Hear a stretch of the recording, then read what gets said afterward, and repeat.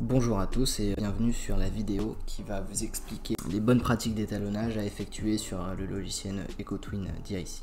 Pour ce faire donc nous allons procéder en plusieurs points en rappelant tout d'abord l'importance de cette étape d'étalonnage pour la suite des étapes sur le logiciel EcoTwin DIC et donc pour assurer de bons résultats.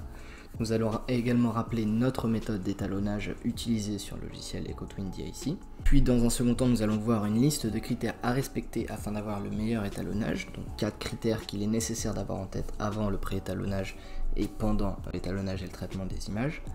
Puis une méthode systématique à utiliser pour avoir une bonne pratique d'étalonnage. Et enfin, un exemple sur un cas particulier concret d'étalonnage. Donc d'abord, qu'est-ce que l'étalonnage et pourquoi est-il essentiel, pourquoi c'est une étape clé dans la corrélation d'images et sur le logiciel EcoTwin DIC. Au sens large, le principe de l'étalonnage est de caractériser le système de caméra dans le repère de la pièce observée. Ces caméras sont caractérisées par des paramètres intrinsèques, focale, taille du capteur, distorsion, et extrinsèques, position et orientation dans le repère 3D. Étalonner le système de caméra revient à déterminer l'ensemble de ces paramètres pour chacune des caméras filmant la scène. Pour chaque caméra, ces paramètres sont regroupés dans une matrice appelée matrice de projection. Cette matrice permet de réaliser le changement de coordonnées entre repère 3D du modèle élément fini et repère 2D pour une caméra donnée. C'est la connaissance de l'ensemble des matrices de projection des caméras filmant l'essai qui va nous permettre de passer du déplacement 2D mesuré sur chacune des images au déplacement 3D dans le repère du modèle élément fini. La détermination précise de ces matrices de projection est donc nécessaire à la bonne réalisation d'un essai multicaméra. Penchons-nous à présent plus en détail sur la méthode d'étalonnage utilisée dans le logiciel EcoTwin DIC. Notre méthode est divisée en 3 étapes. Dans un premier temps, nous allons initialiser les matrices de projection associées à chacune des caméras filmant la scène. Il s'agit de l'étape de pré-étalonnage. Elle repose sur la mise en correspondance de points 3D dans le repère du modèle élément fini à gauche, avec les points 2D correspondant sur les images à droite, sur l'exemple ci-dessous. Au cours de cette étape, l'utilisateur est invité à cliquer manuellement un ensemble de points de correspondance sur le modèle élément fini et dans les images. Une fois ces points appariés, le logiciel réalise une première estimation des matrices de projection pour chaque caméra. Afin d'affiner la détermination des matrices de projection, celles-ci sont mises à jour lors de la seconde étape, simplement appelée étalonnage dans le logiciel. Cette étape repose sur une analyse simultanée de la texture perçue par l'ensemble des caméras. À l'issue de cette seconde étape, les matrices de projection sont déterminées avec précision et seront fixées pour la suite de l'étude. La troisième et dernière étape est réalisée immédiatement après la précédente dans le logiciel et consiste en la mise à jour de la forme du modèle pour tenir compte des imperfections de la pièce réelle vis-à-vis de sa géométrie nominale. On appelle cette étape le calcul de l'écart de forme. Cette méthode est appelée auto-étalonnage, self-calibration en anglais, car elle se base sur la connaissance de la géométrie nominale de la pièce à caractériser afin de déterminer les paramètres intrinsèques et extrinsèques des caméras. Il s'agit d'une spécificité d'EcoTwin DIC qui permet de réaliser la mesure directement sur le maillage élément fini de la pièce et dans le repère de la simulation. L'étape de pré-étalonnage joue un rôle clé dans la méthode d'auto-étalonnage car il est important de bien initialiser les matrices de projection pour garantir des résultats de mesure robustes. Afin de s'assurer que le pré-étalonnage pourra se dérouler avec succès, nous avons établi une liste de critères auxquels réfléchir en amont de l'essai, au cours de l'essai et lors du traitement des images avec EcoTwin DIC. On l'a vu, cette étape repose sur la mise en correspondance de points cliqués par l'utilisateur sur le modèle 3D ainsi que sur les images d'essai. Nous allons voir par la suite comment caractériser ces points afin d'avoir la meilleure initialisation possible des matrices de projection, ce qui garantira ensuite la robustesse de notre mesure. À l'issue de l'étalonnage, on a identifié les matrices de projection pour chaque caméra et on a déterminé un écart de forme entre géométrie nominale et géométrie réelle, qui nous permet de réaliser la mesure sur la forme réelle et non pas sur la forme nominale. Maintenant que nous avons bien compris comment fonctionnait l'étalonnage sur notre logiciel ainsi que son importance, nous allons voir donc les critères à respecter en amont, donc afin de réfléchir à cette étape clé, et également évidemment pendant le pré-étalonnage et l'étalonnage. Nous avons mis en évidence 4 critères que nous allons définir par la suite et illustrer avec des exemples. Le premier critère est donc le caractère 3D des points cliqués, c'est-à-dire l'écart entre la zone de points cliqués dans l'espace 3D et leur plan moyen. Donc nous reviendrons plus en détail sur ce critère par la suite. Le caractère accidenté de la surface observée. Est-ce que la surface est très lisse ou bien au contraire on peut discerner des points sur nos images et donc sur notre pièce. L'adéquation entre la géométrie nominale de la pièce et la géométrie réelle, donc est-ce que notre modèle élément fini est très proche de notre modèle de notre pièce réelle. Et enfin le recouvrement de l'image par les points cliqués au préétalonnage, donc est-ce qu'on couvre toute l'image avec nos points cliqués lors du préétalonnage. Notons ici que les critères 1, 2, 3 et 4, donc tous ces critères sont relatifs au préétalonnage, mais que le critère 3, donc l'adéquation entre le modèle élément fini et notre pièce réelle, est aussi relatif à l'étape d'étalonnage. Ce qu'il faut savoir, c'est qu'avec la méthode d'auto-étalonnage que nous utilisons sur EcoTwin DIC et que nous avons expliqué au préalable, il n'est pas possible en fait de retrouver les matrices de projection correctes à partir de points cliqués uniquement dans le même plan. C'est un cas donc à éviter, et c'est-à-dire que si nous sommes dans ce cas-là, nous sommes obligés d'utiliser ce que nous appelons l'étalonnage hybride sur le logiciel EcoTwin DIC. Mais dans le cas où l'on souhaite utiliser la méthode d'auto-étalonnage qui est plus simple, il est préférable d'aller chercher des points hors plan. Dans cet exemple par exemple, il y a 6 points dans le même plan, l'auto-étalonnage n'est donc pas possible. Il est nécessaire d'avoir recours à des mires, ou bien justement de placer plus de points dans le hors plan et donc d'avoir des points qui sont dispersés dans l'espace. Et donc si on trace le plan moyen comme ceci, nous pouvons voir donc que nous sommes éloignés d'un plan, donc dans un cas plus idéal. Plus ces points sont donc écartés à leur plan moyen, plus le préétalonnage est robuste, et dans ce cas l'étalonnage sera correct, et donc on aura une meilleure qualité de résultat sur nos déplacements et nos déformations. Donc c'est un caractère très important qui peut être réfléchi en amont, c'est-à-dire en connaissant notre pièce, en connaissant notre maillage ou notre CAO, on peut aisément déterminer si la surface est très plane et donc si cela posera problème ou non, et nous verrons par la suite des solutions pour pallier ce problème. Mais donc c'est un élément très important à prendre en compte lors de l'essai, même avant, etc. Voyons maintenant le second critère qui est ce qu'on a appelé le caractère accidenté de notre pièce.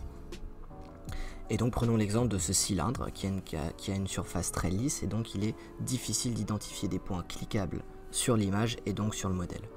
Dans ce cas précis par exemple, nous ne pouvons identifier des points à la fois sur notre maillage et sur notre image, et donc il va être très difficile d'établir une correspondance entre les points du modèle et les points sélectionnés dans l'image. L'une des solutions que nous avons, c'est en fait de se rajouter des points dont nous connaissons les coordonnées 3D ainsi que les coordonnées à l'image, c'est-à-dire que l'on peut reconnaître à l'image. Comme nous avons pu le faire ici, nous avons créé sur un essai virtuel des croix dont nous connaissons les coordonnées exactes dans notre maillage 3D, et donc évidemment que nous pouvons reconnaître facilement car ce sont des points, des coins ou des points assez particuliers et facilement cliquables.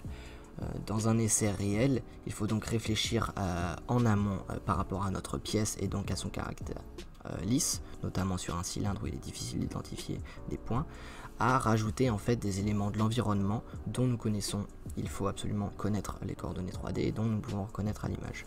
Donc ça peut être des mires 3D spécifiques, ça peut être des éléments de la CAO de l'environnement, pas nécessairement mouchetés ou pas nécessairement dans la zone à observer.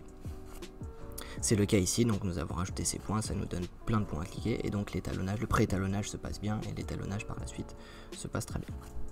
Le troisième critère à prendre en compte est également très important, et donc c'est l'adéquation entre notre maillage et entre notre géométrie réelle. C'est-à-dire qu'il existe plusieurs types de différences qu'on peut retrouver sur notre maillage et sur notre pièce réelle. Elle peut être de l'ordre d'éléments qui existent dans la vraie vie sur notre pièce et pas sur le maillage. Donc là par exemple, il y a certaines vis que l'on peut voir sur la CAO et sur la vraie pièce, mais qu'on ne voit pas sur le maillage de calcul. Il y a également des modèles qui sont utilisés dans les maillages de calcul, par exemple un modèle coque, donc la surface est décalée.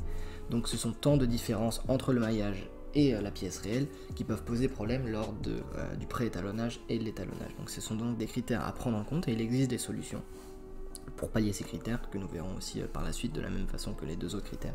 C'est un point à prendre en compte, donc en connaissant en fait notre maillage, nous pouvons savoir si nous allons avoir des problèmes à ce niveau-là ou non. Enfin, le dernier critère, c'est ce que nous avons appelé le recouvrement de l'image par les points cliqués.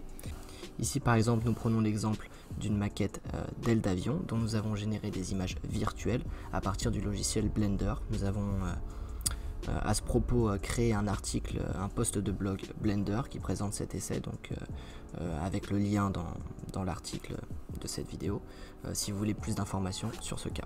Sur les 3 derniers critères dont j'ai parlé, ils sont assez corrects, c'est-à-dire que nous avons bien des points distribués dans l'espace assez éloignés d'un plan moyen. Nous avons bien des points à reconnaître assez facilement, donc entre là les points que l'on voit, il y a des points assez facilement reconnaissables et sur le modèle et sur l'image. Et enfin, donc le maillage utilisé correspond parfaitement à la pièce réelle. Cependant, sur cet exemple, le dernier critère n'est pas respecté et peut poser problème lors de l'étalonnage. Donc là, c'est ce qu'on appelle le recouvrement de l'image, c'est-à-dire que certes nous avons beaucoup de points, mais ils sont tous situés dans la même zone, qui est une zone assez petite comparée à la taille de l'image réelle. Donc l'idéal en fait c'est de changer ces points, sans forcément en prendre autant, mais de plus les répartir sur l'image, tout en continuant à respecter les points précédents. Et donc là nous couvrons une partie beaucoup plus importante de l'image, et donc nous assurons un résultat plus robuste. Maintenant que nous avons vu en détail l'importance de l'étalonnage, et donc 4 critères à vérifier en amont de l'essai et pendant l'essai, et pendant le traitement des images, nous allons vous présenter un flowchart permettant d'expliquer une certaine méthode à appliquer pour une bonne pratique d'étalonnage. Nous avons donc réfléchi à une checklist afin de pouvoir valider rapidement que l'on sera en mesure de respecter les critères présentés précédemment lors de l'étalonnage. La première étape à faire, c'est se demander est-ce que le maillage est adapté par rapport au mouchetis. Pour cela, sans revenir en détail, nous avons déjà écrit des articles sur quelle taille adopter par rapport au mouchetis. Donc vous pouvez voir dans l'article correspondant à cette vidéo un lien vers l'article sur le mouchetis. Donc si on se pose cette question, si jamais la taille du maillage n'est pas adaptée, dans ce cas il faut modifier le maillage. Si jamais elle l'est ou pas trop, nous avons l'option, ou alors c'est nécessaire, d'utiliser de la régularisation. Donc une fois cette étape faite, nous nous demandons, le maillage 3D est-il basé sur la CAO, donc est-il proche de la réalité ou non? S'il ne l'est pas, dans ce cas, est-ce qu'on peut connaître les hypothèses de maillage? Donc je vous ai parlé tout à l'heure d'un modèle coq par exemple. Si on connaît ces hypothèses, on peut modifier à la main le maillage afin de mieux l'adapter et de mieux initialiser en fait la géométrie et donc d'assurer un bon étalonnage. Si jamais nous ne connaissons pas les hypothèses de maillage, il faut revenir au début et donc modifier le maillage. Mais dans le cas où ce maillage donc, est basé sur la CAO, ce qui correspond au critère numéro 3, donc nous sommes dans une bonne situation et on peut continuer. Ensuite, on peut se demander la présence de points significatifs sont-ils facilement cliquables pour le pré-étalonnage. Donc ça, c'est le point numéro 2 soulevé au préalable. Donc si c'est non, nous allons avoir recours par exemple à une mire 3D spécifique, un positionnement de marqueur manuel comme dans mon exemple, ou bien un scan 3D avec pastille. Donc l'idée c'est en fait de se créer des points 3D cliquables afin de pallier ce problème sur la pièce. Donc il existe des solutions, mais il est nécessaire de se demander avant pour éventuellement lors de l'essai pouvoir s'adapter à ce problème. Donc maintenant nous nous retrouvons vers la fin, nous avons déjà normalement correctement réglé 3 critères, et ensuite donc le dernier critère, qui est le tout premier dont j'ai parlé, c'est est-ce que les points sont-ils suffisamment distribués autour de leur plan moyen? Si c'est le cas, oui, dans ce cas tous les critères sont respectés et nous pouvons procéder à la procédure d'étalonnage classique d'EcoTwin DIC.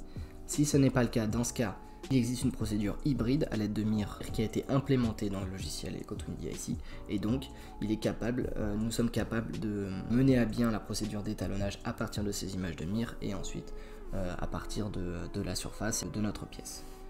Ainsi, en suivant cette méthode, nous allons pas à pas valider chaque critère et ensuite trouver une solution dans le cas où un critère n'est pas complété, et ainsi pouvoir continuer et calculer nos déplacements et nos informations et utiliser le logiciel EcoTwin DIC. Enfin, pour conclure, une fois que nous avons défini nos critères ainsi que notre procédure afin d'assurer une bonne pratique d'étalonnage, nous allons vous présenter un cas d'étude pratique sur lequel nous avons eu l'occasion de travailler avec EDF et SmartMeca.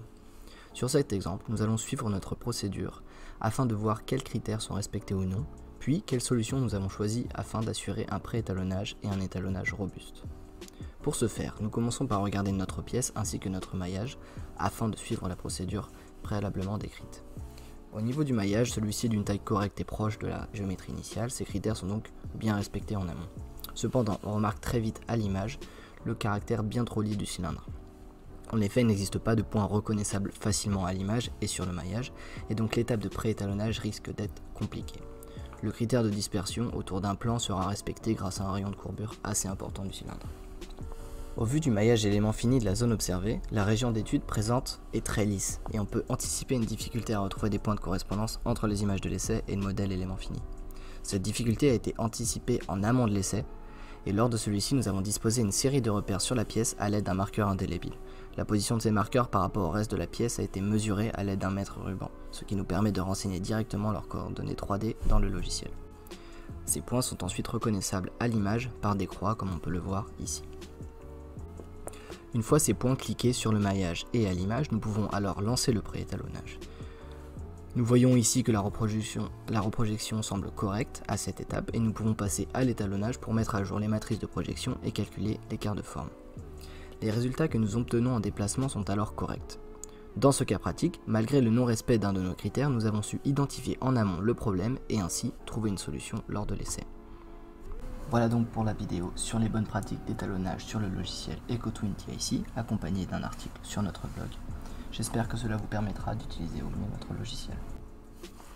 N'hésitez donc pas si vous avez des questions ou besoin d'aide à ce sujet sur une bonne pratique d'étalonnage ou de manière générale sur le logiciel EcoTwin DIC, en nous contactant via l'interface de contact du site, en sachant également que l'on propose des formations à la réalisation d'essais instrumentés qui peuvent aussi vous intéresser.